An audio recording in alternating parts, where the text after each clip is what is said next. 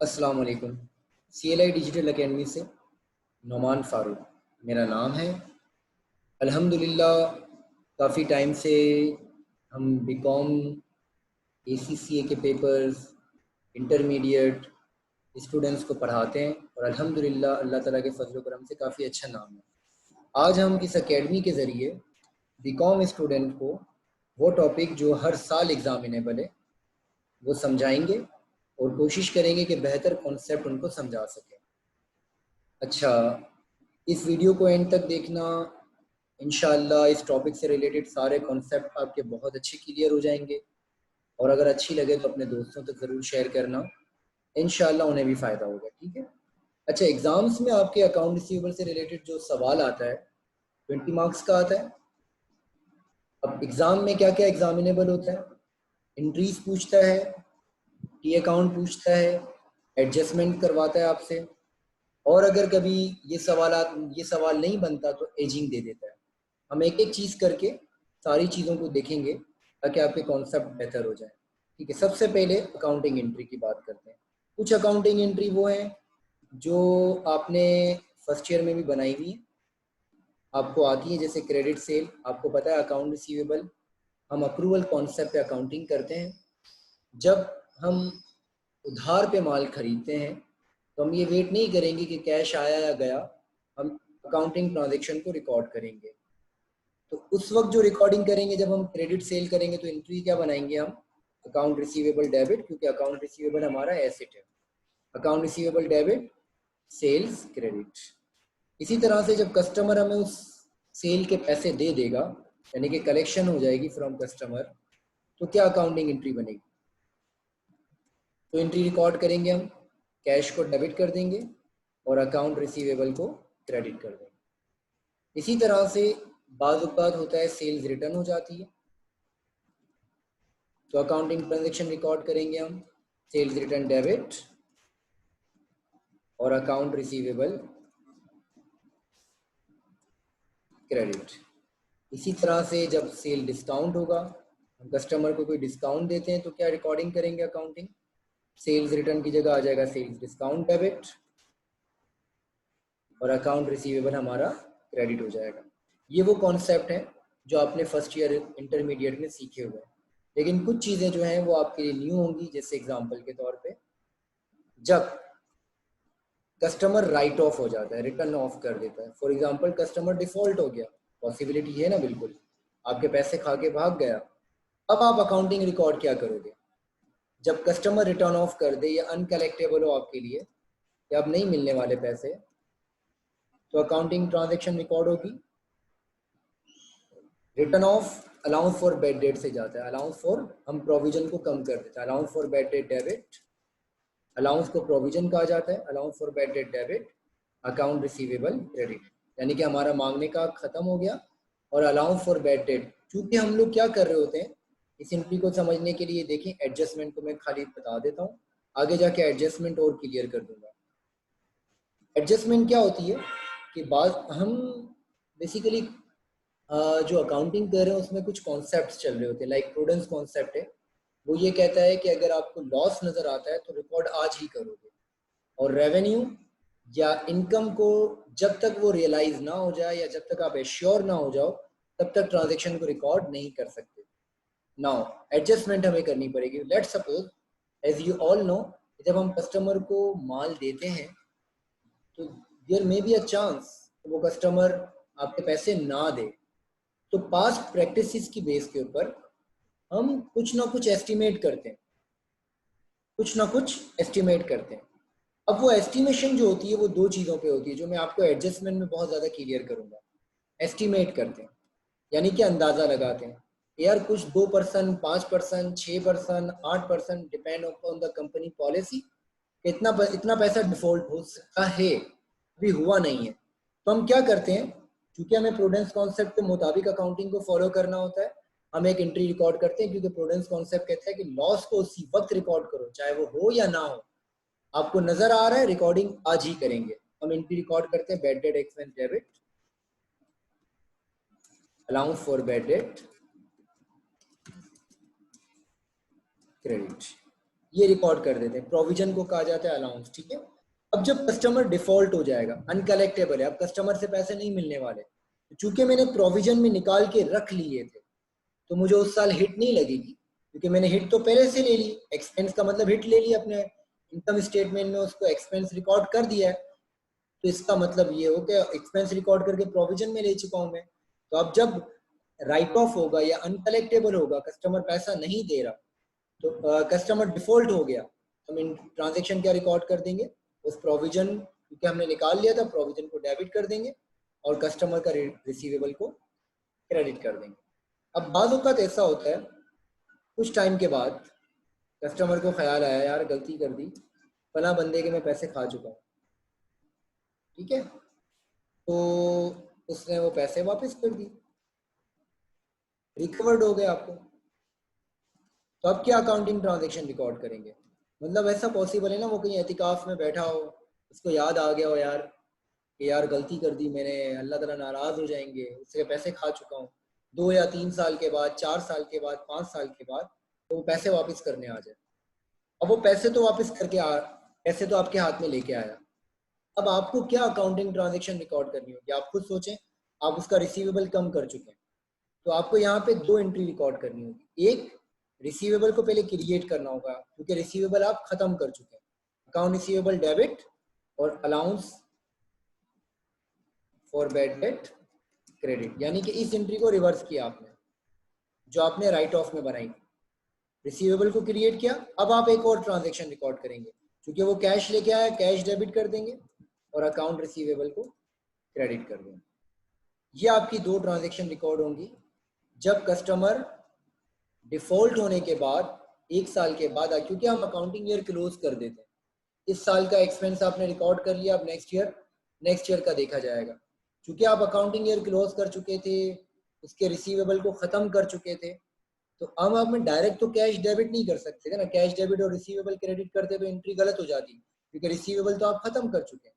तो पहले उसका रिसीवेबल क्रिएट करना होगा और बाद में उसको कैश में लेके जाना पड़ेगा हमें, कैश डेबिट और अकाउंट रिसीवेबल क्रेडिट। ये रही बात हमारी अकाउंटिंग ट्रांजेक्शन की। अब हम आते हैं इसके टी अकाउंट्स पर। अच्छा, टी अकाउंट को समझने से पहले मैं आपको कुछ एडजस्टमेंट बताता हूँ। एडजस्टमेंट किस बेस के ऊपर एस्टिमेट की जाती है। अभी मैंने आपको बताया क्यों एडजस्टमेंट करनी होती है, क्योंकि प्रूडेंस कॉन्सेप्ट है, हमें उसे फॉलो करना है।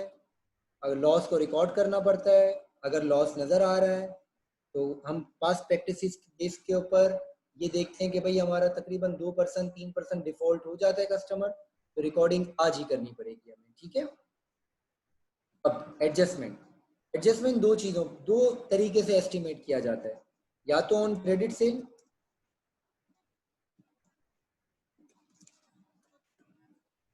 जिसे इनकम स्टेटमेंट अप्रोच भी कहा जाता है, क्योंकि सेल इनकम स्टेटमेंट का पार्ट है, या फिर on receivable, on account receivable. इसे बैलेंस शीट अप्रोच भी कहते हैं, क्योंकि रिसीवेबल हमारा बैलेंस शीट का पार्ट है।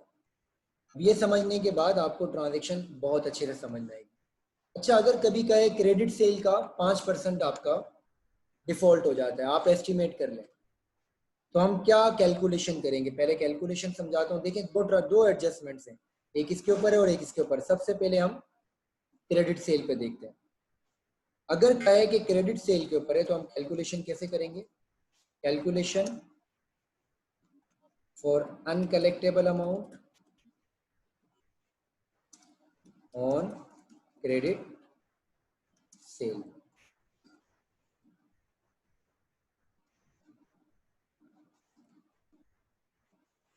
अब जरा देखिएगा, for let suppose credit sale आपकी 1 लाख रुपए है, ठीक है।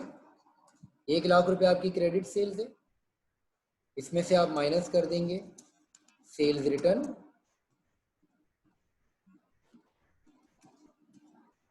और सेल्स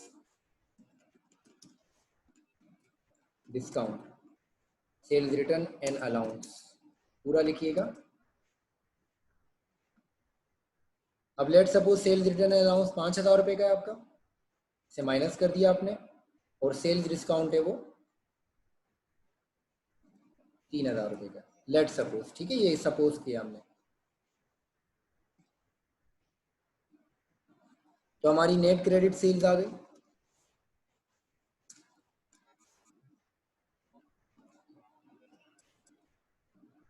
अब नेट क्रेडिट सेल्स हमारी कितने की आ गई?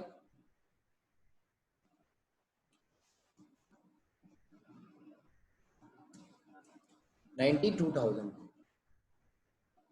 ये हमारी आ गई नेट क्रेडिट सेल, ठीक है, यहाँ तक समझ में आ गया होगा उम्मीद है आपको। अब ज़रा देखते हैं, अब ज़रा देखते हैं इसकी एडजस्टमेंट।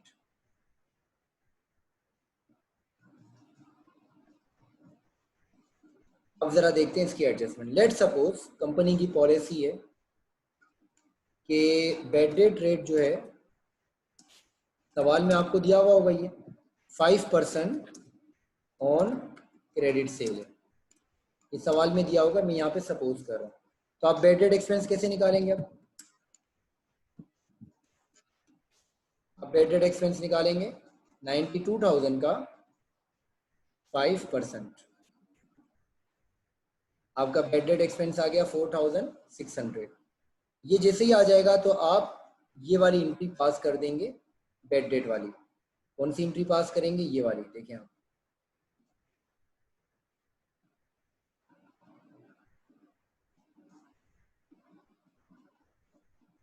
ये वाली एंट्री आप पास कर देंगे।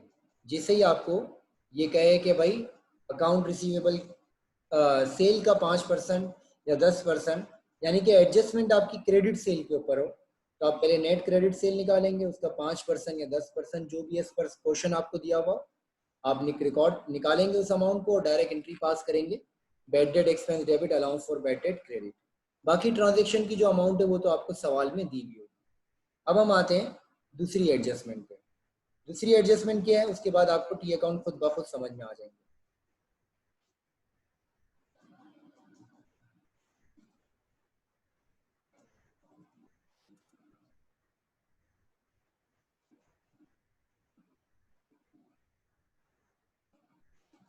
अच्छा जी, अब हम आते हैं सेकंड एडजस्टमेंट पे। सेकंड एडजस्टमेंट क्या है? अगर ये कहे, ये था एडजस्टमेंट,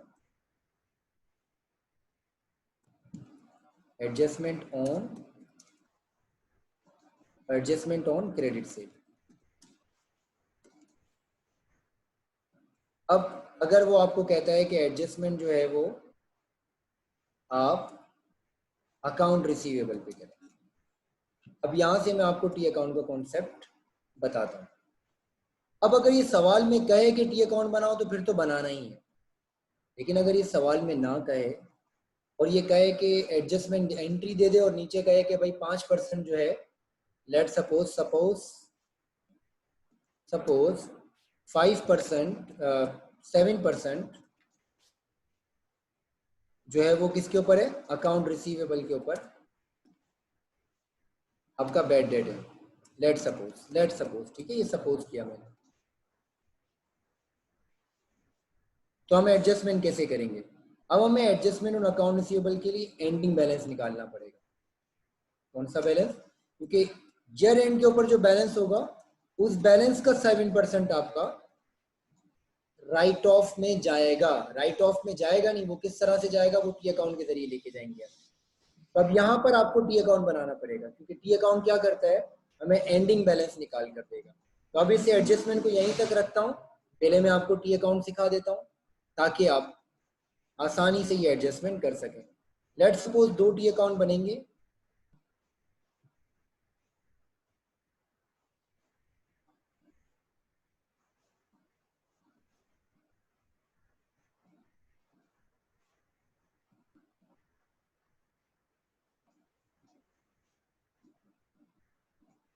दो टी अकाउंट बनेंगे आपके, एक बनेगा अकाउंट रिसीवेबल का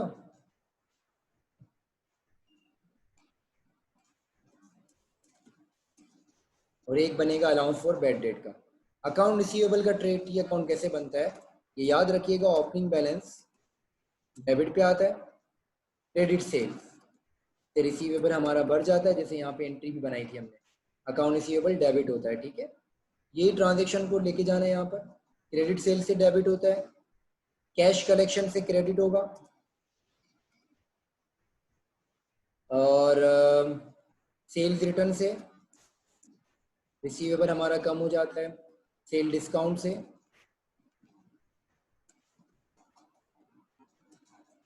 इसके बाद अगर कोई प्रोमिजरी नोट है, बाज़ औक़ात होता है कि हम रिसीवेबल को ख़त्म करके प्रोमिजरी नोट में कन्वर्ट कर देते हैं, अगर है सवाल में प्रोमिजरी नोट, ठीक है, तो उससे हमारा रिसीवेबल कम हो जाएगा। अगर प्रीवियस रिटर्न ऑफ है, जो ऊपर हमने एंट्री बनाई थी ना ये वाली रिटर्न ऑफ की, ये वाली allowance for bad debt debit account receivable credit, तो रिटर्न ऑफ से भी रिसीवेबल कम हो जाता है हमारा। प्रीवियसली रिटर्न ऑफ दोनों तरफ आता है,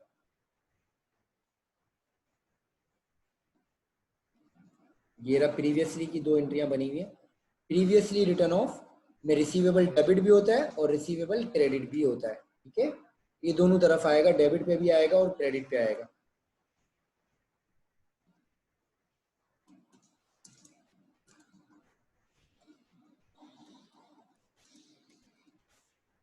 इधर भी आएगा और इधर भी आएगा। चलें यहाँ पे साथ साथ लिख देता हूँ ताकि याद रहे, दोनों तरफ आएगा प्रीवियसली रिटर्न ऑफ। इसके बाद ये तकरीबन वो चीज़ें जो अब ज़्यादातर आपके एग्जाम्स में आती हैं। अब आप लेट सपोज हम फिगर भी डालते हैं कुछ ताकि और क्लियर हो जाए आपको। लेट सपोज ओपनिंग बैलेंस 10,000 रुपये, ये सब सपोज कर रहा हूँ ताकि आपको एडजस्टमेंट समझ आ सके। क्रेडिट सेल जो है वो 5 लाख रुपए, कैश कलेक्शन जो है वो 2 लाख रुपए है, कैश कलेक्शन जो है वो 3 लाख रुपए, 3 लाख कर देते हैं इनसे। सेल्स रिटर्न जो है वो 5,000 की है, लेट सपोज, ये सपोज कर रहा हूँ सब में फिगर। सेल डिस्काउंट जो है वो 3,000 है, लेट सपोज।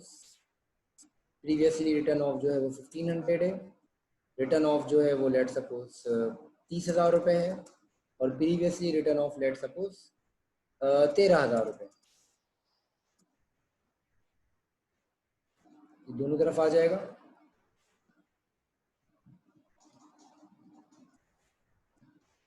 अब ये हमारे बैलेंसेस बने। अब हम क्या करेंगे, ये अकाउंट कैसे करते हैं, जो दोनों तरफ का टोटल है वो दोनों तरफ लिख दिया जाए, जो बड़ा टोटल है वो दोनों तरफ लिखा जाएगा। अब डेबिट साइड का जो टोटल आ रहा है वो कितना आ रहा है, वो आ रहा है 5,23,000। 5,23,000 हम यहाँ पर भी लिख देंगे, ठीक है, दोनों तरफ 5,23,000 रुपये लिख दिया। अब यहाँ का टोटल कितना आ रहा है, 3,52,500।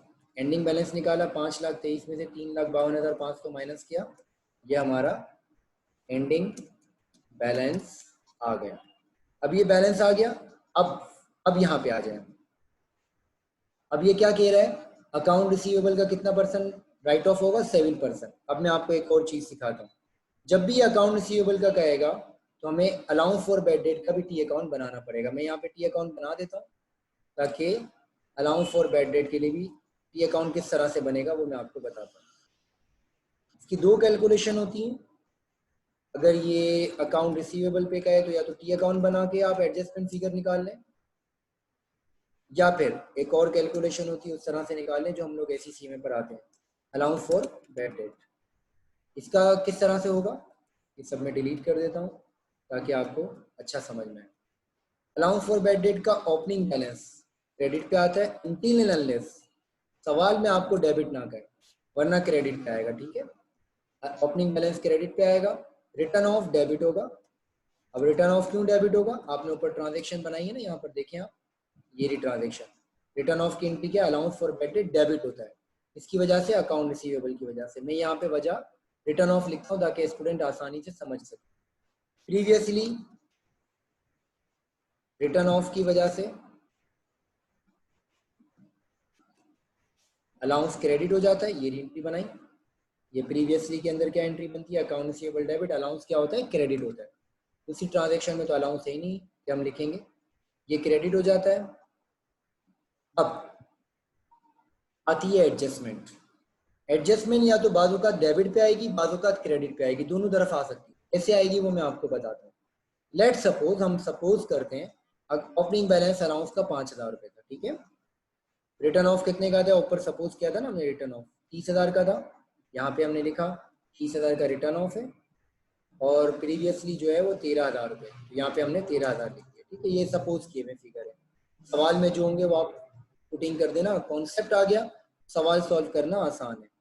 अब हम क्या करेंगे, अब जब भी ये कहेगा कि अकाउंट रिसीवेबल का 7%, अब यहाँ पे देखें, पिछले एडजस्टमेंट क्रेडिट सेल का तो बहुत आसान था, आपने नेट क्रेडिट सेल निकाली और उसका 5% लेके एंट्री बना दी, बैड डेट एक्सपेंस डेबिट। यहाँ पे एंट्री भी बना देता हूँ, बैड डेट एक्सपेंस डेबिट और allowance for bad debt credit. या आपने ट्रांजैक्शन को रिकॉर्ड भी कर लिया, ठीक है, क्योंकि आपको क्लैरिफाई था, ये ट्रांजैक्शन एडजस्टमेंट हो गई, ठीक है। डायरेक्ट कितने से बन जाएगी, ये 4,600 से, जो आपको अमाउंट आपने निकाली है। सेल में तो बहुत आसान है एडजस्टमेंट, आपने सिर्फ अमाउंट निकालना है और ट्रांजैक्शन को रिकॉर्ड कर लेना है, बैड डेट एडजस्टमेंट एंट्री, ठीक है। अब अकाउंट रिसीवेबल में ऐसा नहीं होगा कि आपने अकाउंट रिसीवेबल का एंडिंग बैलेंस निकाला और उसका 7% निकाल के एंट्री बना दी, ऐसा नहीं है पॉसिबल। अब ये जो 7% कह रहा है, ये कह रहा है कि अकाउंट रिसीवेबल का जो 7% है ये अलाउंस प्रोविजन में होना चाहिए। मेरे वर्ड को दोबारा सुनिएगा, अकाउंट रिसीवेबल का 7% प्रोविजन में होना चाहिए। क्या होना चाहिए, अलाउंस के टी अकाउंट में एटलीस्ट, मतलब सवाल में कह रहा है अलाउंस के टी अकाउंट में 7% अकाउंट रिसीवेबल का होना जरूरी है, ये पॉलिसी है। अब आपने ये कहलाएगा एंडिंग बैलेंस, क्या कहलाएगा, एंडिंग बैलेंस। कितना परसेंट होना चाहिए, 7% होना चाहिए। तो अब अकाउंट रिसीवेबल का एंडिंग बैलेंस कितना है, ये ऊपर आपने निकाला था 1,70,500। आपने इसकी कैलकुलेशन कर ली, 1,70,500 का कितना परसेंट होना चाहिए, 7% होना चाहिए। कितना बनता है ये,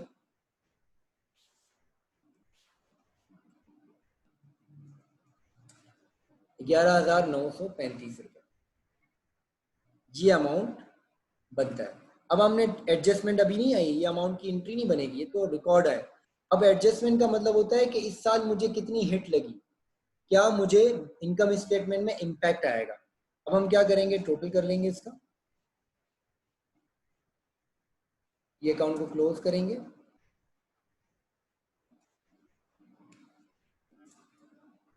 ठीक है। अब यहाँ पे जो टोटल है वो कितना है, 18,000 रुपये। कितना है, 18,000। अगर मैं यहाँ पे करके दिखा दूं ऐसे, 18,000 है। अब जो अमाउंट है जिसको कहा जाता है बैलेंसिंग फिगर, क्या कहा जाता है, 23,950, ये कहलाएगा मेरा बैड डेट एक्सपेंस, जिसे हम बैलेंसिंग फिगर के जरिए निकालेंगे, ठीक है। ये आपका कहलाता है बैड डेट एक्सपेंस। क्या कहलाता है, बैड डेट एक्सपेंस। तो हम एंट्री जो बनाएंगे, एडजस्टमेंट एंट्री,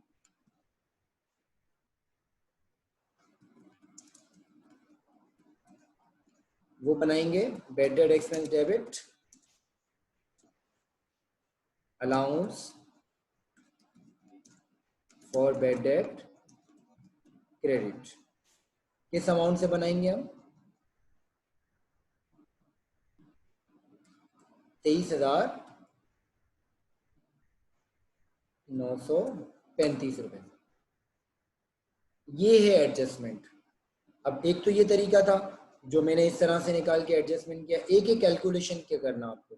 अब यहाँ पे कैसे कैलकुलेशन अगर आप करो, अगर टी अकाउंट के जरिए ना निकालो और कैलकुलेशन करो, टी अकाउंट तो बनाना पड़ेगा, वैसे ज़्यादा बेहतर है कि आप उस तरीके से कर लें, लेकिन यहाँ पे मैं बता देता हूँ। अब आप यहाँ पे कैसे निकालोगे, मैं आपको इसका एक आसान सा फॉर्मूला बता देता हूँ। आप निकालोगे एंडिंग अलाउंस, ठीक है।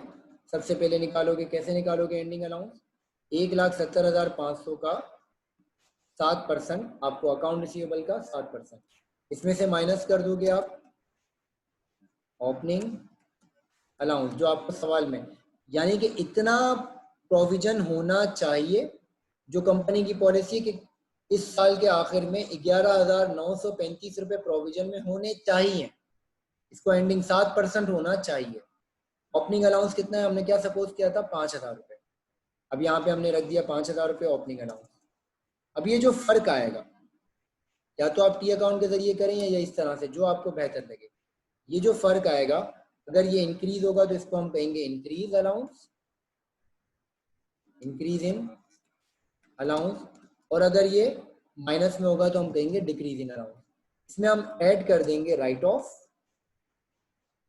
क्योंकि राइट ऑफ की वजह से एक तो इतना बैलेंस हमें मजीद डालना पड़ेगा, जाहिर सी बात है, तो हमारा एक्सपेंस बढ़ेगा। और अगर कस्टमर राइट ऑफ हो गया तो वैसे ही एक्सपेंस बढ़ चुका है, तो रिटर्न ऑफ को हम प्लस कर देंगे। और अगर प्रीवियसली मिला है, कुछ पैसे वापस आ गए, प्रीवियसली रिटर्न ऑफ रिकवर्ड हुआ है, तो कुछ हमारा एक्सपेंस कम हो जाएगा क्योंकि वो रिकवरी हो गई है। अब यहाँ पे हमने राइट ऑफ कितना सोचा था, 13,000। राइट ऑफ सोचा था 30,000 सपोज किया था, और प्रीवियसली 13,000, 30,000, और ये कितना किया था हमने, 13,000। अब जो अमाउंट आएगा आपका, ये अमाउंट से आप एंट्री पास करोगे। कैसे निकालोगे, इसको प्लस कर दोगे और इसे माइनस कर दोगे। अमाउंट आ गया ये आपका, ये कह रहेगा आपका बैड डेट एक्सपेंस। अब आपकी मर्जी, आप पेपर में या ये वाली कैलकुलेशन करो या ये वाली कैलकुलेशन करो, आंसर सेम ही आएगा। ये थी आपकी एडजस्टमेंट तक की, सारा एडजस्टमेंट तक का मैंने आपको सिखा दिया। अब इंशाल्लाह एक वीडियो बनाएंगे जिसमें अकाउंट रिसीवेबल की एजिंग सिखाएंगे आपको। उम्मीद है कि आज की जो कॉन्सेप्चुअल वीडियो है ये आपको अच्छी लगी होगी। ज़रूर अपने दोस्तों तक इसे शेयर कीजिएगा, हो सकता है कि किसी और को भी फ़ायदा हो जाए। ठीक है, जज़ाकल्लाह, अल्लाह हाफिज़। अपना ख्याल रखिएगा, अल्लाह ताला हम सबको अपने हिफ्ज़ व अमान में रखे, और हमारी और हमारे पेरेंट्स की अल्लाह ताला हिफाजत फरमाए। जज़ाकल्लाहु खैर।